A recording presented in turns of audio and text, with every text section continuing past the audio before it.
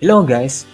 Sa video na ito ay matututunan mo kung bakit parang hindi ka umaasenso kahit sobrang sipag mo sa trabaho. Dalawa ang magiging main topic natin rito. Number 1, passive income at number 2, leverage. Marami sa ating mga Pinoy ang sobrang sipag talaga at sanay na magbanat ng buto. Meron tayong mga OFW, mga construction workers, mga farmers, mga office workers, yung iba may part-time jobs, may small business, at iba pa. Siyempre, halos lahat naman ng trabaho ay kailangan ng sandamakmak na sipag at hard work. Ngayon, hindi ka ba nagtataka kung bakit ka nagtatrabaho ng halos 5 years, 10 years, 20 years, or 30 years or more, pero feeling mo parang ganun pa rin? Or nagtatrabaho ka for 10 hours, 12 hours, 16 hours or more kada araw, pero ganun pa rin? Or nag-work ka ng 7 days per week, pero parang ganun pa rin? Or nasa abroad ka na, pero parang kulang pa rin daw ang pinapadala mo sa pamilya mo? Panoorin mo at pakinggan maigi ang video na ito hanggang dulo upang malaman ang mga bagay na kailangan mo upang umasenso. At nga pala guys, gaya ng pangako ko sa community post natin sa YouTube, meron tayong shoutouts sa bandang dulo ng video na ito. Maraming salamat mga ka-team Johnny natin dyan. Hindi ko in-expect mga 100k subs tayo. So thank you guys! Bakit ka mahihirapang yumaman kung masipag ka lang? Sabi nga sa isang quote, work smarter, not harder. Ito kasi ang meron ka ngayon. Ito ay ang earned or active income. Ito yung income na nakukuha mo through your job or your self-employment. Ano ang hindi maganda sa earned or active income? Number 1, bayad ka kapalit ang oras mo. So kung mag-spend ka ng 8 hours sa trabaho, ganun din yung katumbas na sweldo mo. Kung lalagpas ka sa 8 oras, edi may OT pay ka naman. Pero bottom line, ang kapalit nun lahat ay oras. Ito ang sabi ni Warren Buffett na isang multi-billionaire. If you don't find a way to make money while you sleep, you will work until you die. Let that sink in. Ang ibig sabihin niya lang rito ay kung gusto mong mag-build ng wealth, kailangan mong makaisip ng paraan kung paano ka magkakaroon ng income na hindi mo kailangan i-extend ang oras mo at pagod mo kapalit ang pera. The more na mag-spend ka ng time sa work, the more na mapapagod ka. Siyempre, mawawalan ka rin ng time sa sarili at sa family mo. At more work equals more stress din. Lalo na kung toxic yung work mo o yung work mismo. Kapag more kang napagod at na-stress, pwede ka ring magkasakit. At ang sakit, ang katumbas nun ay pera.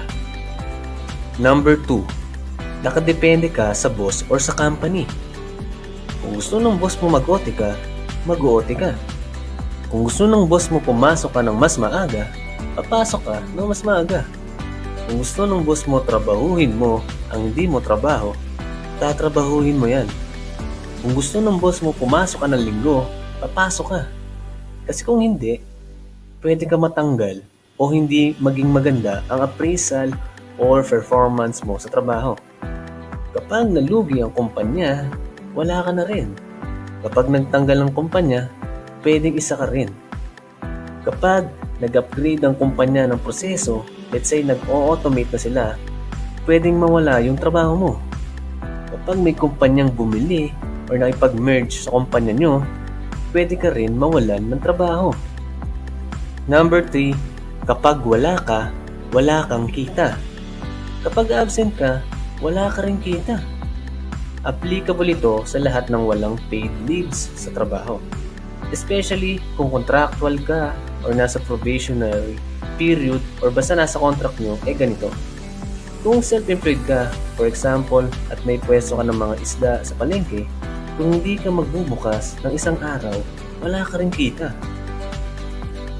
Number 4, laging bawas yung kita mo. Kapag na-late ka sa trabaho, bawas ka. Kapag nag-undertime ka, bawas ka. Kahit hindi ka late or undertime, bawas ka pa rin. Kasi may mga tax, SSS, pag-ibig, PhilHealth at iba pa. Kahit sipagan mo pa yung trabaho mo at kahit mag-overnight ka pa sa work, ganun pa rin, yun. Yung kita mo, bawas pa rin.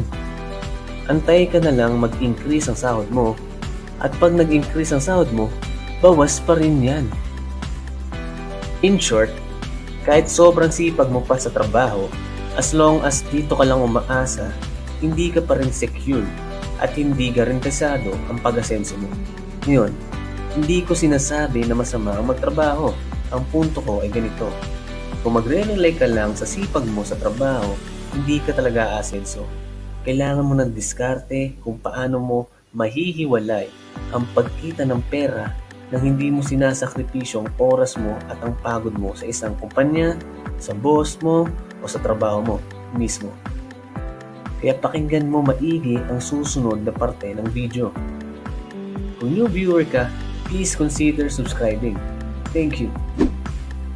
Number 1. Ano ang passive income? Sa madaling sabi, ang passive income ay ang perang pumapasok sa iyo kahit hindi mo ito pagtrabahuhan. Or kung meron man, ay minimal na work lang ang kailangan dito kapag na-establish mo ito ng maayos.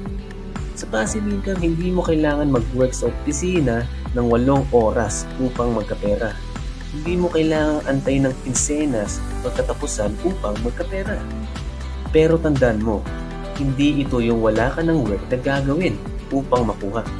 Hindi ito magic at ang passive income bago magbunga ay kailangan pa rin gumugol ng work dito.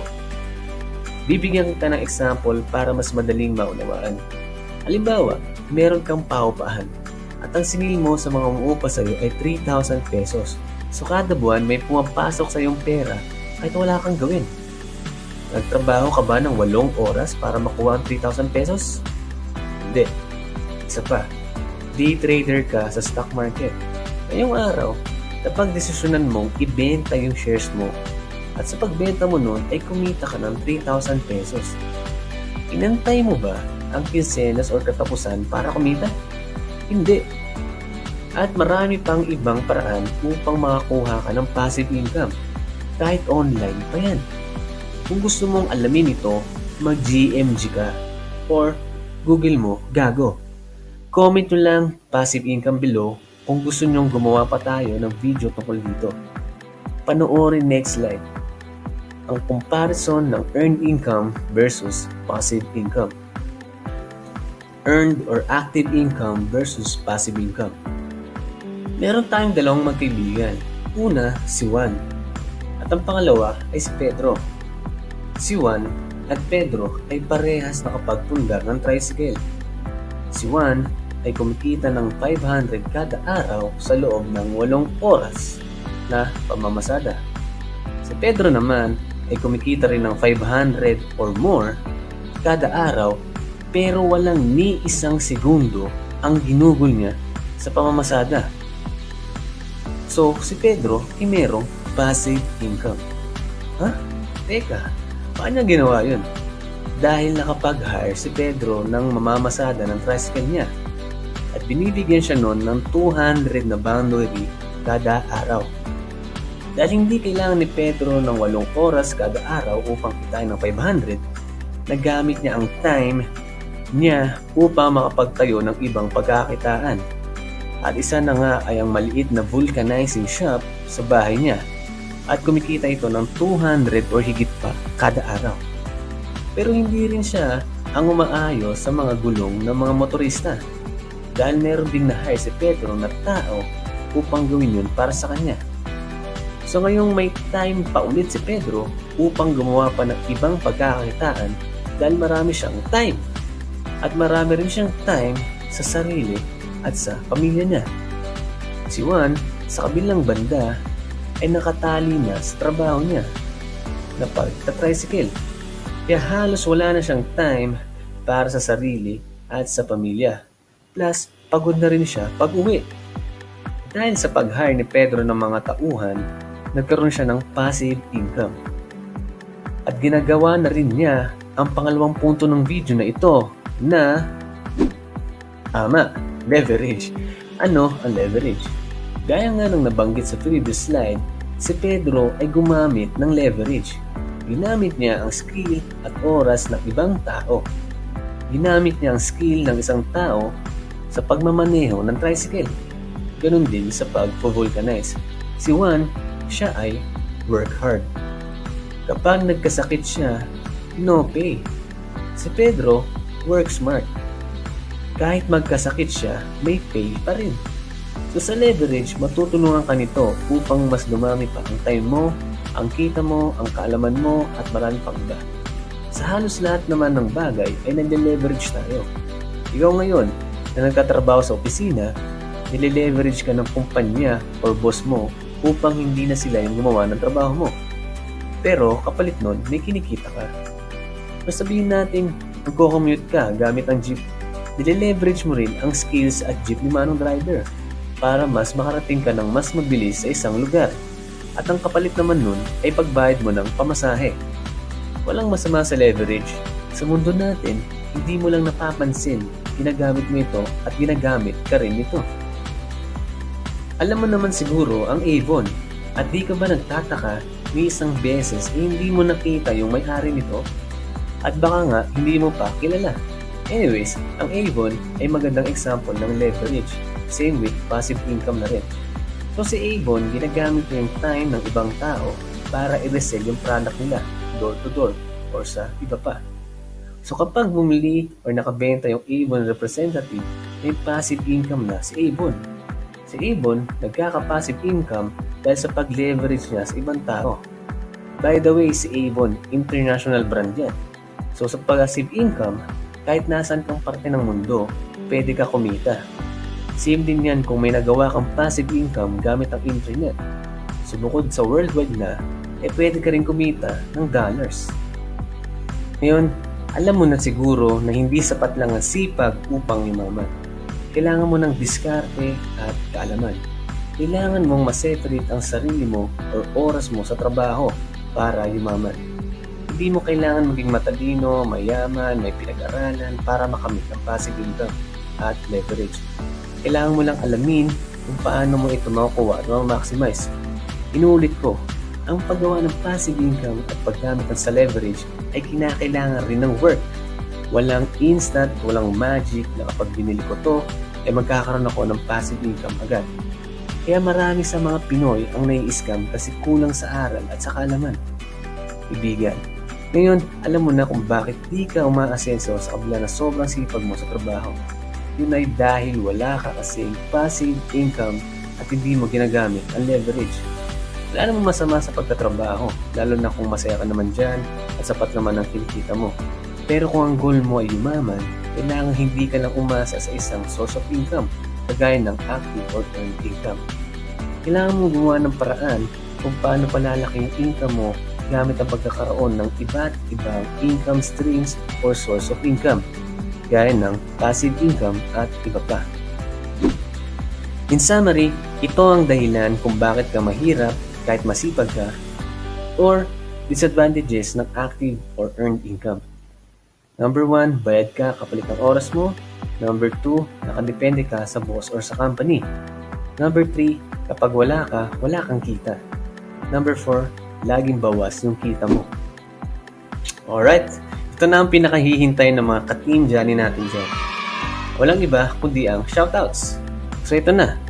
Shoutout nga pala kay Pang Spotots, Amazing Aloha Champ Canovas, happy birthday sa'yo. Dave Wafo at kay Gina De Romo, Mary Joy Hebia, Gen Ginita, Erwin Duarca, Joel Singwe, Dave Abling, Dude Channel at kay Raymond Suniga. Shoutout sa inyong lahat guys. Hello. Thank you guys sa lahat. Abang lang kayo sa FB page at sa community tab ng channel na ito upang malaman kung paano makakasali sa giveaways natin. Maraming salamat sa panunod nito. Kung natuto ka, ay dapat kang mag-subscribe at pakiclick na rin ang bell upang ma-notify ka pa sa mga susunod pang mga videos. Pakishare na lang rin sa mga kaibigan natin gustong matuto at yumaman. Thank you and God bless.